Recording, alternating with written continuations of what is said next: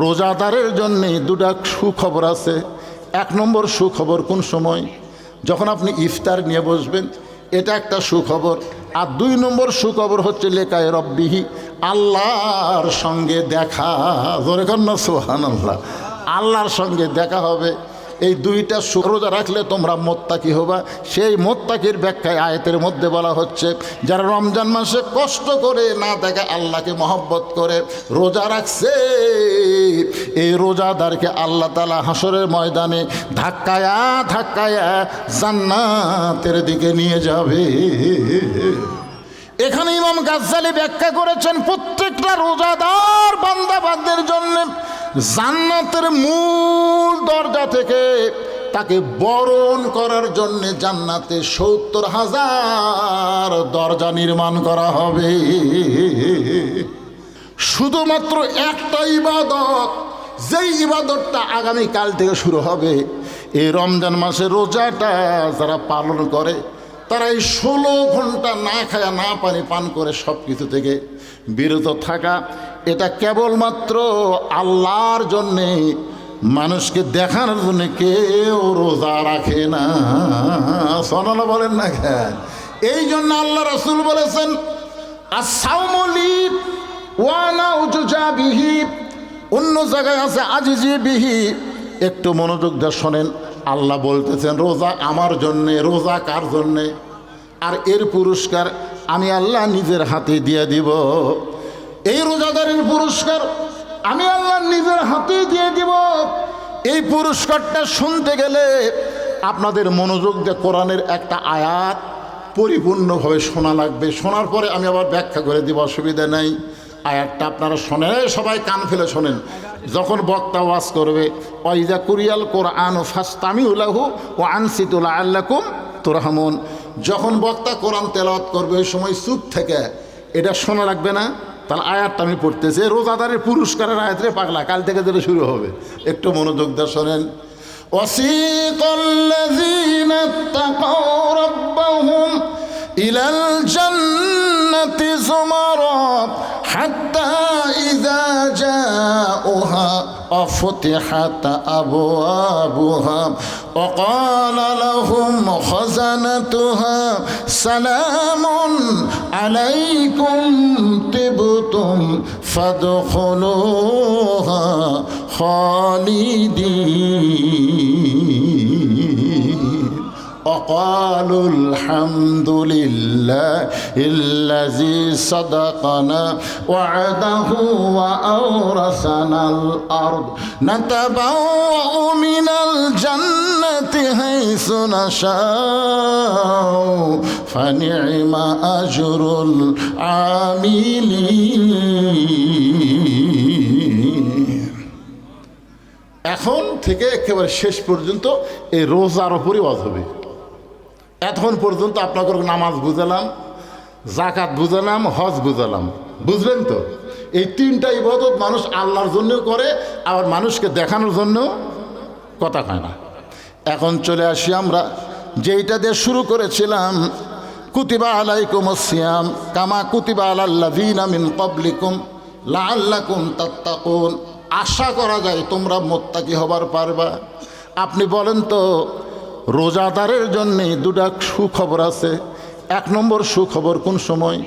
যখন আপনি ইফতার নিয়ে বসবেন, এটা একটা সুখবর। আর দুই নম্বর সুখবর হচ্ছে লেকায়ে রব্বিহি, আল্লাহর সঙ্গে দেখা। জোরে কন্যা সুবহানাল্লাহ। আল্লাহর সঙ্গে দেখা হবে। এই দুইটা সুখ, একটু মনোযোগ দিয়ে শোনেন। পবিত্র রমজান আমাদের আসন্ন, রাতটা পড়ে গেলে আগামীকাল সন্ধ্যায় রোজার চাঁদ দেখব। সেই রোজা সম্পর্কে আল্লাহ বলতেছেন, ওয়াসিকাল্লাযীনা তাকাউ রাব্বাহুম ইলাল জান্নাতি যুমারা লাআল্লাকুম তাত্তাকুন। রোজা রাখলে তোমরা মোত্তাকি হবা। সেই মোত্তাকির ব্যাখ্যায় আয়াতের মধ্যে বলা হচ্ছে, যারা রমজান মাসে কষ্ট করে না দেখে আল্লাহকে মহব্বত করে রোজা রাখছে, এই রোজাদারকে আল্লাহ তাআলা হাসরের ময়দানে ধাক্কায়া ধাক্কায়া জান্নাতের দিকে নিয়ে যাবে। আপনারা কি বুঝলেন? ধাক্কায় ধাক্কায় জান্নাতের দিকে নিয়ে যাবে রে সুবহানাল্লাহ। তার মানে যাবার চাচ্ছে না। যখন কেউ যাবার চায় না তখন কি করে?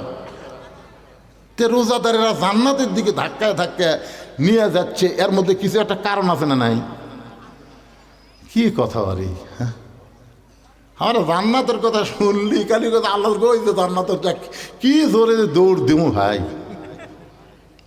আর এখানে আল্লাহ বলতেছেন অসিকাল্লাযিনা তাকাউ রাব্বাহুম। অসিকা মানে কি? ধাক্কা না। তাকাউ রাব্বাহুম, তাকাও মানে লাআল্লাকুম তাত্তাকুন, রোজাদার ধাক্কায় ধাক্কায় যখন জান্নাতের দিকে নিয়ে যাবে। এখানে ইমাম গাজ্জালী ব্যাখ্যা করেছেন প্রত্যেকটা রোজাদার বান্দাবান্দের জন্য জান্নাতের মূল দরজা থেকে তাকে বরণ করার জন্য জান্নাতে ৭০,০০০ দরজা নির্মাণ করা হবে। কোন নেতা যদি শুরু হবে কুর থেকে, খালি শহর থেকে কে আমাদের বগুড়া লোকেরা বসে থাকবে ওই রোড, মানে যেই দিক দিয়ে আসবে অত তো হয়তো দেখাই যাবে নেতা হয়তো হেলিকপ্টারে আসতেছে, একটা দরজাও নেতার চোখত পড়তেছে না, কিন্তু তারপর নেতার কাছে ভালো হওয়ার জন্য বলবে আমি 3টা গেট বানাছি, পরে গল্প দেবে আমি 4টা বানাছি, 5টা বানাছি। চিন্তা করে দেখেন, এটা কোনো চামচারা তৈরি করবে না, স্বয়ং আল্লাহ তাআলা রোজাদারকে জান্নাতে বরণ করার জন্যে ৭০,০০০ মণিমুক্তার গেট তৈরি করবে। বিশ্বাস হচ্ছে না? এই রোজাদাররা বিশ্বাস হচ্ছে না? তো 2-1 সুবহানাল্লাহ করলেন। আমি আল্লাহর কোরআনের আয়াত তেলাওয়াত করে বলতেছি, তারপরে যদি ভিতরে বিশ্বাস না আসে, প্রথম দরজা দিকে মনে করবে রোজাদার এটাই জান্নাত। এত সুন্দর দরজা, বুঝছেন? দরজা দেখেই মনে করবে এটাই জান্নাত, খপ করে বসবার যাবে। ফেরেশতারা কবে আল্লাহ আপনি কি কাম করছেন, ৭০,০০০ দরজা বানাছেন, প্রথম দরজায় যদি এরকম বসবার চাই আর প্রত্যেক দরজায় যদি একবার করে বসে, তাহলে আর বসা ওটা ৭০,০০০ বার করতে করতে কত সময় লাগবে? আল্লাহ বলতেছে তাহলে এখন থেকে কাম করো, ওরা কোনো দরজা দেখে বসবার চাইলে বসার আগেই মারবা ধাক্কা, ধাক্কায় যেন আর এক দরজা যায়, এরকম ৭০,০০০ ধাক্কা। যেই ধাক্কা হলো মহব্বতের ধাক্কা, যেই ধাক্কা হলো আমার ফরিদ ভাই আমার বাড়ির সামনে দিয়ে যাচ্ছে, কে রে তুই আমার বাড়ির সামনে দিয়ে যাস, আমার বাড়ি চিনিস না? বলে চিনি। বাড়ির বাড়ির আপনারা বলেন তো, এটাকে রাগ করে নিয়ে যাচ্ছে না আদর করে নিয়ে যাচ্ছে? তাহলে এরকম ধাক্কায় ধাক্কায় আদর করে করে রোজাদার বান্দাবান্দিকে জান্নাতের দরজায় নিয়ে যাওয়া হবে। যেই মাত্র রোজাদারের জান্নাতের দরজায় যাবে, সঙ্গে সঙ্গে স্বয়ং আল্লাহ, জোরে কান সুবহানাল্লাহ, স্বয়ং আল্লাহ তাআলা বলবেন সালামুন আলাইকুম তিবতুম ফাদখুলুহা খালিদিন। রে রোজাদারেরা, তোমরা কবে আমার জান্নাতে আসবা?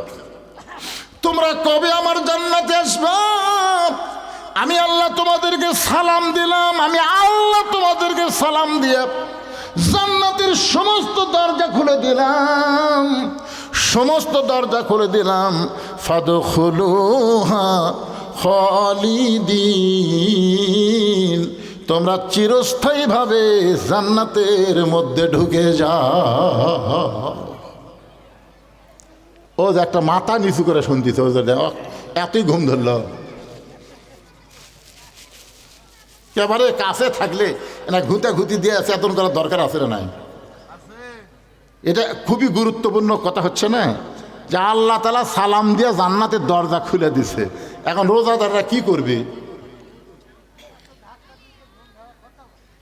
হ্যাঁ না চিন্তা করেন যে এখন যে আল্লাহ সালাম দিয়া জান্নাতের দরজা খুলে দিয়ে কি বলতেছে, ফাদখুলুহা খালিদিন, চিরস্থায়ীভাবে তোমরা এই জান্নাতে থাকো। তখন রোজাদাররা কি বলবে জানেন? রোজাদাররা বলবেন ওয়াকালুল হামদুলিল্লাহিল্লাযী সাদাকানা ওয়াদাহু ওয়া আওরাসানাল আরদ নাতাবাওয়াউ মিনাল জান্নাতি হাইসু নাশাউ ফানি'মা আজরুল আমিলিন। আল্লাহ তুমি আমাকে কি মনে করছে? রোজাদাররা বলবে তুমি কি মনে করছে? আমরা লোভী। তুমি জান্নাতের দরজা খুলে দিবে আর আমরা জান্নাতের মধ্যে প্রবেশ করব, এমন লোভী না। আমরা জান্নাতের লোভে রোজা রাখি নাই। তুমি তো দুনিয়াতেই বলেছিলে তুমি জান্নাত দিবা, তুমি জান্নাতের ওয়াদা তো দুনিয়াতেই আমাদের করেছিলে। তুমি যে আর একটা ওয়াদা করেছো সেটা তোমার মনে নাই? আল্লাহ কয় কি ওয়াদা রে? সে ওয়াদা মনে নাই। সেই ওয়াদাটা হলো তুমি রোজাদারের জন্য একটা আলাদা দরজা করবা। সেই দরজার নাম হলো রায়হান দরজা। যেই দরজা তুমি স্বয়ং আল্লাহ তাআলা দাঁড়িয়ে থাকবে, তোমার চেহারা না দেখে। সারাদিন আমরা রোজা রেখেছি, কঠিন গরমের দিনে গোসল করতে গিয়ে জোহরের নামাজের আগে মাথার উপরে পানি ঢেলেছি। ওই পানি আমার নাকের ভিতর উপর দিয়ে মুখের মধ্যে ঢুকেছে। আমার কলিজা তৃষ্ণায় ছটফট করেছে। আমার মন বলেছে খারে এক ঢোক খা, কেউ দেখবে না। কিন্তু আমার ইমান বলতেছে যার জন্য রোজা রাখছি সে আল্লাহ দেখতেছে। ইফতার নিয়ে বসেছি মগাবুত, বারবার ঘড়ি দেখেছি, বারবার মুয়াজ্জিনের আজানের দিকে তাকায় আছি, বারবার মুখের সামনে শরবত দেখেছি, পানি দেখেছি, খাবার দেখেছি। আমার মন বলতে খারে খা, কিন্তু আমার ইমান বলেছে যে আল্লাহরে দেখি নাই সে আল্লাহর জন্য আমি রোজা রেখেছি। একটা মানুষ সারাদিন মানুষকে দেখানোর জন্য রোজা রাখে না, মানুষকে দেখানোর জন্য রোজা রাখে না। মানুষকে দেখানোর জন্য মানুষ ইফতার পার্টি করতে পারে, কিন্তু মানুষকে দেখানোর জন্য 16 ঘন্টা মানুষ রোজা রাখে না। শুধু তোমাকে না দেখে বিশ্বাস করে রোজা রেখেছি এই জান্নাতের লোভে না।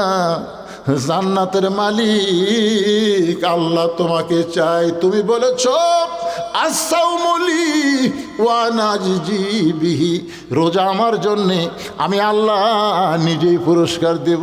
সেই নিজের পুরস্কার তুমি জান্নাত দিবা। আল্লাহ বলে আমি তোমাদের হয়ে গেলাম। আল্লাহু আকবার। এখন বলেন এতটুকু পুরস্কার যে রোজা থাকলে পাওয়া যাবে, আমাদের সকলের সেই রোজা রাখার দরকার আছে না নাই? পারতপক্ষে কারা কারা রোজা রাখবেন আল্লাহকে একটু আমরা হাত তুলে দেখাবার চাই। আল্লাহ ভাইজান দেখি, লিল্লাহু আকবার। আল্লাহ কবুল করুক, জোরে কোন আমিন। এই কয়াপাড়া পূর্ব কয়াপাড়ার মাহফিল এইবারই সার্থক হলো। একেবারে রোজার আগের দিন জাগা মতো কাম হয়ে গেল, নামাজও হবি,